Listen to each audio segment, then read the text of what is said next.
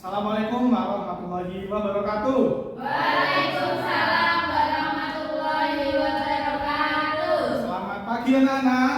Pagi Pak. Bagaimana kabarnya hari ini? Alhamdulillah baik. Luar biasa. Oke.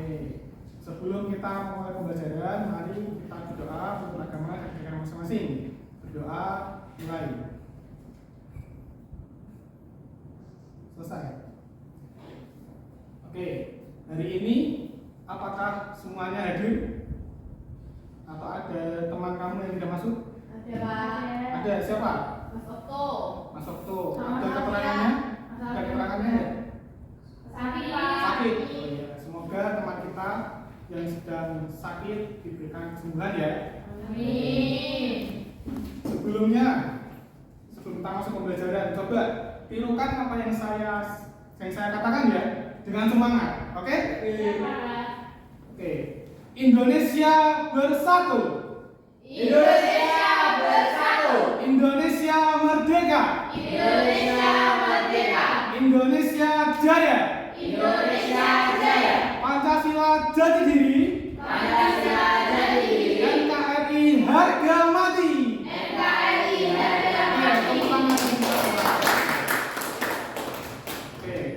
Sebelumnya di pertemuan sebelumnya kita sudah membahas tentang apa materi kita sebelumnya? Ya Pak, Ya. kemarin kita itu belajar tentang praktik gotong royong di dalam masyarakat. Praktik gotong royong di dalam masyarakat. Oke. Seperti apa itu? Coba dia jelaskan. Jadi bagaimana kita mempraktikkan gotong royong atau kebersamaan di dalam masyarakat. Nah itu selain di masyarakat Pak, bisa juga dilaksanakan di keluarga, kemudian juga dalam lingkup yang lebih besar itu bangsa dan negara. Gitu. Seperti itu ya. Ada yang menambahkan lagi? Cukup ya? Jelas ya. Yaitu gotong royong bisa di dalam masyarakat, keluarga, bangsa dan negara. Oke. Selanjutnya kita masuk ke bab yang baru. Apa itu? Ada yang tahu nggak? Kita masuk ke baru yaitu tentang peran dan kedudukan warga negara Indonesia. Peran dan kedudukan warga negara Indonesia. Bagaimana itu? Coba mari kita masuk ke tujuan pembelajarannya. Yaitu peserta didik mengidentifikasi, mengilustrasikan dan menyimpulkan warga negara Indonesia dan perkembangannya di era global melalui studi kasus. Ini. Coba sebelum kita masuk lebih jauh, saya ingin tanya dulu kepada kamu semua. Apa yang membuktikan bahwa kita merupakan warga negara Indonesia? Ada yang tahu? Saya Pak. Coba Tiara. KTP. KTP, ada lagi? Saya Pak. Ya. Di akta kelahiran. Akta kelahiran. Ada lagi enggak? Ada yang bisa lagi? Kartu keluarga Pak. Kartu keluarga, oke. Jadi sebagai tanda pengenal bahwa kita merupakan warga negara Indonesia, ada beberapa ya di sini. Ada KTP, ada akta kelahiran, ada juga KK tadi disebutkan dan ada juga paspor apabila kita berpergian ke luar negara. Itu. Nah, lantas bagaimana status warga negara asing yang ada di negara kita? Coba, apakah mereka juga memperoleh suatu tanda pengenal atau kartu? Ada. Ada. Iya. Seperti apa itu? Bisa. Bisa. Oke, ada lagi? Paspor nanti Pak. Paspor tadi ya. Coba kita lebih jauh lagi. Apa mungkin siapa tahu ternyata kita belum mengenal. Iya. Coba di scan barcode dulu.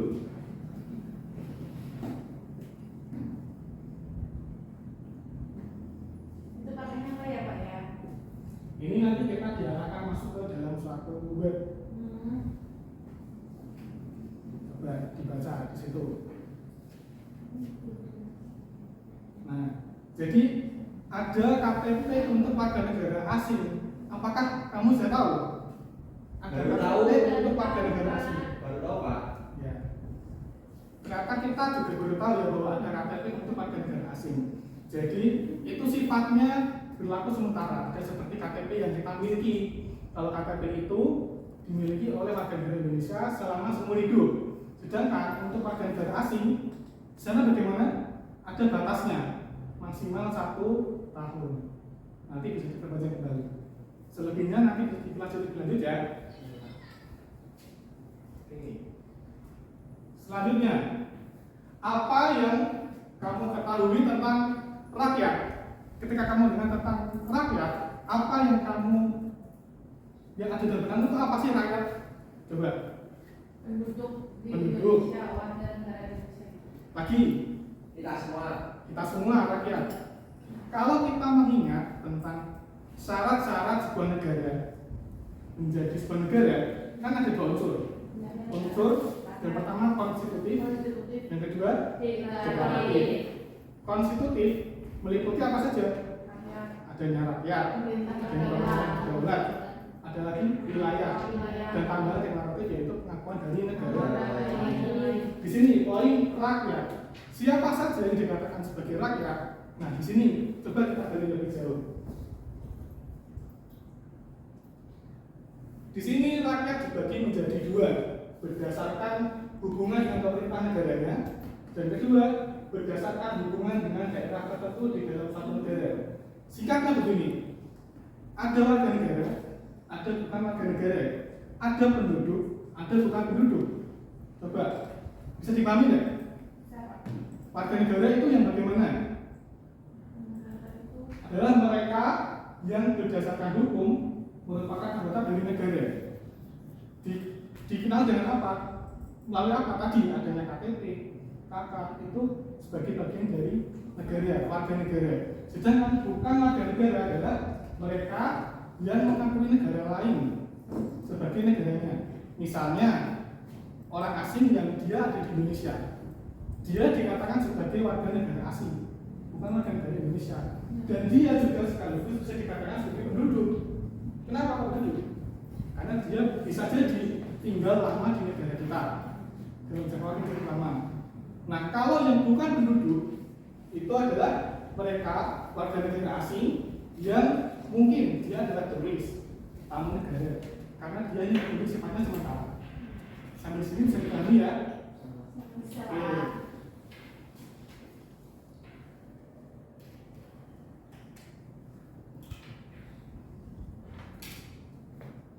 Kita sebentar terkait asas kewarganegaraan dan naturalisasi. Sedikit saja ya. Yaitu asas kewarganegaraan ada 4. Kita kenal ada 4. Apa saja itu? Asas ius sanguinis, ius soli, kemudian dan terbatas. Ini adalah yang berlaku di negara kita, negara Indonesia. Kalau negara lain bisa jadi berlaku berbeda. Ada kewarganegaraan ganda, bukan terbatas, bisa. Misal negara Prancis dengan negara Inggris misalnya. Tapi di negara kita diatur lebih dalam lagi bahwa kita tidak bisa negara kita mengatur tentang warga negara tidak boleh memiliki warga negara yang ganda. Tapi terbatas, yaitu diatur bagaimana jika ada orang yang punya orang tua punya warga negara ganda. Misal orang Indonesia dengan orang Inggris, dia sampai pada usia 18 tahun baru kemudian dia diberikan kebebasan untuk memilih negara yang mana yang dia pilih. Itu terbatasnya di situ. Oke. Kemudian diingat-ingat ya, kalau itu sanguinis berdasarkan keturunan. Keturunannya apakah dia orang Indonesia? Bukan, walaupun dia bukan lahir di Indonesia, tapi dia keturunan Indonesia, maka dia bisa mengklaim bahwa dia nanti untuk menjadi warga negara Indonesia. Kemudian Yusoli berdasarkan tempat kelahiran, walaupun dia mungkin keturunan Tionghoa, Arab, tapi dia lahir di Indonesia, dia juga berhak untuk mengajukan dia untuk menjadi warga negara Indonesia. Kemudian keluarga negara itu bahwa satu keluarga negaraan mencakup tadi ya yang saya katakan pada saat asas keluarga negaraan yang terbatas. Oke. Kemudian ada 2 macam. Apa itu naturalisasi? Coba ada yang tahu nggak? Naturalisasi. Apa itu? Pindah warga negara. Pindah warga negara. Ada lagi? Proses menjadikan warga negara asing menjadi warga negara Indonesia. Itu ya Pak Lutfi ya. Ada 2 cara. Yang pertama stelsel aktif, yaitu dikatakan sebagai naturalisasi biasa. Caranya bagaimana? Mengajukan permohonan ke negara yang bersangkutan, misalnya negara Indonesia, dengan syarat-syarat tertentu. Misalnya, dia harus tinggal di Indonesia minimal 5 tahun berturut-turut atau 10 tahun tidak berturut-turut. Itu salah satu syaratnya. Kemudian kalau istimewa, coba kita flashback ke belakang. Kamu kenal nggak nama pesepak bola namanya Christian Gonzalez, Irfan Bahdim? Ya. Mereka menjadi warga negara kita karena apa? Karena dia punya prestasi dan diharapkan bisa mempengaruhi bermanfaat pada bangsa dan negara kita. Kalau lebih seperti itu. Nah, oke. Selanjutnya silakan dibentuk kelompok 3 sampai 4 anggota. Silakan kamu bisa scan QR barcode-nya di sini.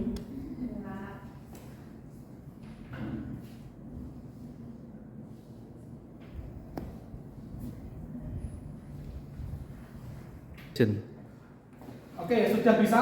Sudah Pak. Oke, coba dicermati di situ. Isi dulu identitasnya ya, jangan lupa. Ini kelompoknya Pak, gimana Pak? Ini kan kelompok 1, kamu Ya. kelompok dengan Tiara dan kelompok dengan Aul. Yang belakang ada Fatimah, ada Aimat dan Mbak Widya. Jadi kita kelompok 2 ya Pak? Kedua ya. Coba di sana perintahnya bagaimana? Di sana disajikan suatu link yang nanti mengarah pada berita. Berita tentang apa? Kajian tentang kewarganegaraan. Ini linknya dibuka berarti Pak? Ya, gitu ya. Ya Pak. Nanti dibaca dengan cermat ya. Berkaitan dengan apa? Kamu kenal dengan Elkan Bagot tidak? Kenal Pak? Elkan Bagot itu adalah Pemain sepak pemain bola sepak bola yang ganteng dari luar negeri yang katanya kan. Nah, coba di sana dicermati dulu beritanya seperti apa. Oke? Ya Pak. Silakan bisa berkelompok diskusi dengan kelompoknya ya. Ini dari WNI. Oh. Ya Indonesia Inggris. Yang itu. ini ya, yang ini? Yang iya yang tinggi ini. Terus gimana lagi? Ini dibaca. Oh dia udah punya KTP. Oke, sudah semua? Sudah. Ada yang ingin maju untuk presentasi? Ada Pak. Oke, nomor 1. Oke, silakan. Bisa maju ke depan ya. Semua Pak. Salah satu saja enggak apa-apa. Ya Pak. Dua aku berani. Wakil favoritnya ya. Oke, sebentar. Tadi di sana ada 5 pertanyaan. Pertanyaan silakan dijawab dulu. Semua. Ya. Assalamualaikum warahmatullahi wabarakatuh. Waalaikumsalam warahmatullahi wabarakatuh. Teman-teman, saya akan mempresentasikan hasil diskusi kelompok 1. Yang pertama, langsung jawabannya ya Pak ya? Ya. Apa langsung soalnya? Langsung jawabannya enggak apa-apa. Oke. Nomor 1 terkait dengan kasusnya Elkan Bagot. Elkan Bagot adalah seorang pemain sepak bola yang lahir di Inggris pada tahun 2003 dan memiliki ayah asal Inggris serta ibu asal Indonesia. Dia memutuskan untuk mengambil kewarganegaraan Indonesia karena ingin mewakili negara ibunya dalam sepak bola. Sekian presentasi dari kelompok kami. Kurang lebihnya mohon maaf. Assalamualaikum warahmatullahi wabarakatuh. Waalaikumsalam warahmatullahi wabarakatuh. Oke, sudah presentasi ya. Selanjutnya, apakah ada yang ditanyakan? Tidak. Cukup. Oke. Selanjutnya coba, bagaimana pembelajaran hari ini? Menyenangkan tidak? Oke, sebelum kita mengakhiri pembelajaran hari ini, saya mau tanya, apakah kamu senang dengan pembelajaran hari ini? Menyenangkan ya? Oke, coba kamu menyenangkan. Coba saya mau tanya dulu. Pertama, apa yang kamu pelajari hari ini? Setelah tadi kita belajar bersama-sama. Coba. Tentang penduduk. Tentang penduduk. Naturalisasi. Naturalisasi. Asal-asal kewarganegaraan. Oke. Bisa dipahami ya itu ya? Bisa. Kemudian yang kedua, mengulas kembali sedikit saja. Apa perbedaan antara naturalisasi biasa atau dikatakan sel aktif dan naturalisasi istimewa? Coba ada yang bisa menyampaikan? Saya Pak. Oke, Ratna, silakan. Naturalisasi biasa itu perpindahan kewarganegaraan atas kehendak pribadinya, Pak. Kemudian yang naturalisasi istimewa itu adalah perpindahan status warga negara atas permintaan negara yang bersangkutan. Dalam hal ini Indonesia atau tanpa syarat karena jasa atau prestasinya, Pak. Oke, betul ya, berarti ya.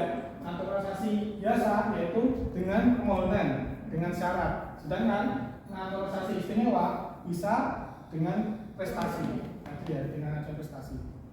Oke. Sudah selesai ya ini ternyata ya? Iya, Pak. Nah, karena harus selesai, coba untuk minggu selanjutnya kamu persiapkan untuk belajar tentang hak dan kewajiban warga negara. Karena hari ini kita sudah belajar tentang peran dan kedudukannya, maka seharusnya kita belajar tentang hak dan kewajiban warga negara. Oke, untuk hari ini dicukupkan. Sebelum kita mengakhiri pelajaran, silakan untuk ketua kelas untuk memimpin doa terlebih dahulu. Baik teman-teman, sebelum kita pulang atau mengakhiri pelajaran pada hari ini, maka kita berdoa bersama-sama. Berdoa menurut agama dan percaya masing-masing. Berdoa dimulai. Berdoa selesai. Beri salam. Selamat siang, Pak. Terima kasih, Pak. Oke, selamat siang. Terima kasih untuk hari ini. Semoga selanjutnya kita lebih semangat dalam belajar. Ya. Terima kasih. Wassalamualaikum warahmatullahi wabarakatuh. Waalaikumsalam.